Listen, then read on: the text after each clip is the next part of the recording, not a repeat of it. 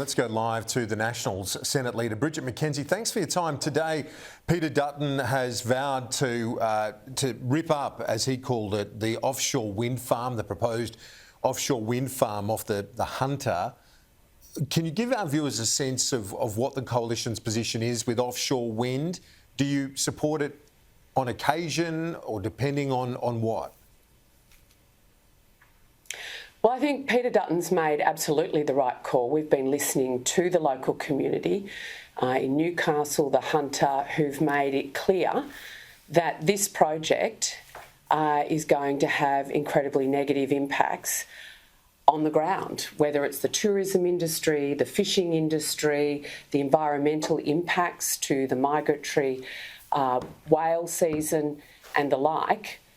Each and every time the community has been consulted, they've come back with a resounding level of concern. And one of the issues that we've been hearing from the local community around the Port Stephens area is that the Labor Party hasn't consulted. This consultation process was hijacked by the unions, where only positive submissions were encouraged and sought, and that's left a lot of that local community being very vocal about not having a say in what's actually happening to them from a social and economic and an environmental perspective. So any project that we're going to support as a future government will need a significant social licence, and that doesn't just go to our net zero nuclear plan, it absolutely goes to renewable projects as well.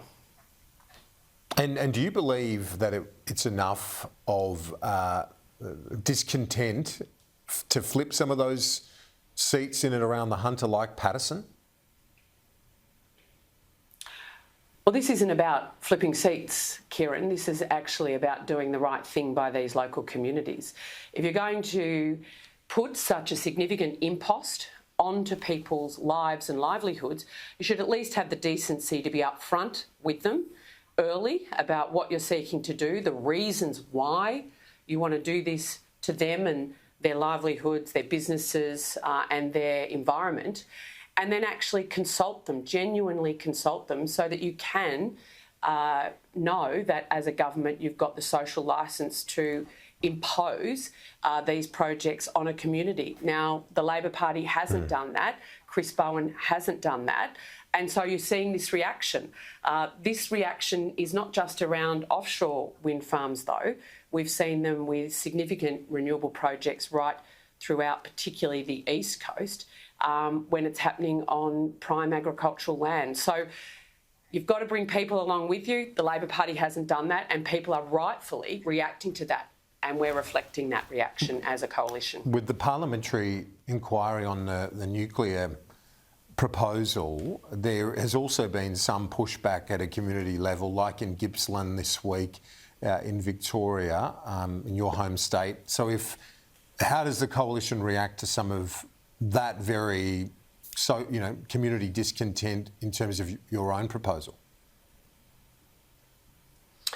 Well, we've made it really, really clear that we're going to be deeply consulting with these impacted communities as if we get the chance to actually roll out our net zero nuclear energy power plants. That's what we've made a commitment to do. We're not going to follow the ideological perspective of Labor, where they don't care what a community says. We want to make sure that communities recognise the benefits and can actually see that they're going to have long-term intergenerational jobs and careers as a result of our policy initiatives. So when you talk about the Latrobe Valley, the inquiry that was held there recently, there were small concerns raised by a mayor who's run for the Labor Party against Darren Chester at several elections, but we also heard significant positive responses from a highly energy literate community that exists in the Latrobe Valley, who many of them, particularly the experts, are excited about the potential that this type of proposal gives for that community, not just to 2050, but well into next century. So I don't buy that it's been a significantly negative impact through the inquiry. That's not been our feedback. On the GDP number, can I get your thoughts on that, and particularly concerns around productivity? We've heard from the BHP boss Mike Henry and others saying the government's IR laws are counter to driving productivity. Is that going to be a big part of your election campaign to tear down some of those IR changes, like the same job, same pay proposal?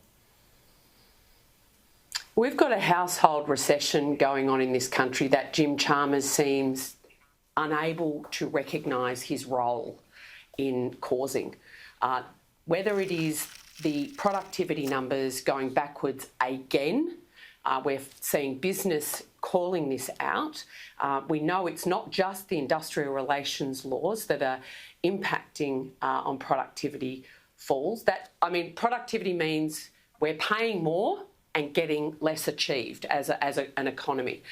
We know that the fall in productivity and the IR laws particularly are playing out negatively in Western Australia, our great resource and mining state, the state that does pay the bills for us here on the East Coast, whether it's our, Medicare system, whether it's our public education system. So when our mining and resource industry starts saying we've got a problem with the industrial relations sector, it isn't just going to impact those individual businesses, it will impact our entire economy and our ability to enjoy the level of service provision we can see. We've got shocking figures released this week that really go to what the coalition has been calling out for so long, and it is that the level of government spending going on from the federal government and state Labor governments is crowded out private investments in our economy, because it's all going, the public spend is so large and such a large percentage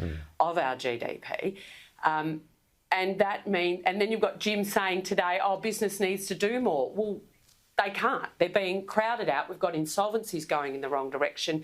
And it's not just the IR laws, it's the energy policy right across this government's agenda. It is an anti-business agenda, and our economy now and households are feeling the cost of that, with interest rates staying higher than in comparable countries around the globe and inflation sticky, persistent and homegrown. Nationals Senate Leader Bridget McKenzie live from Wodonga. Appreciate it. We'll catch you next week. Thanks, Kieran.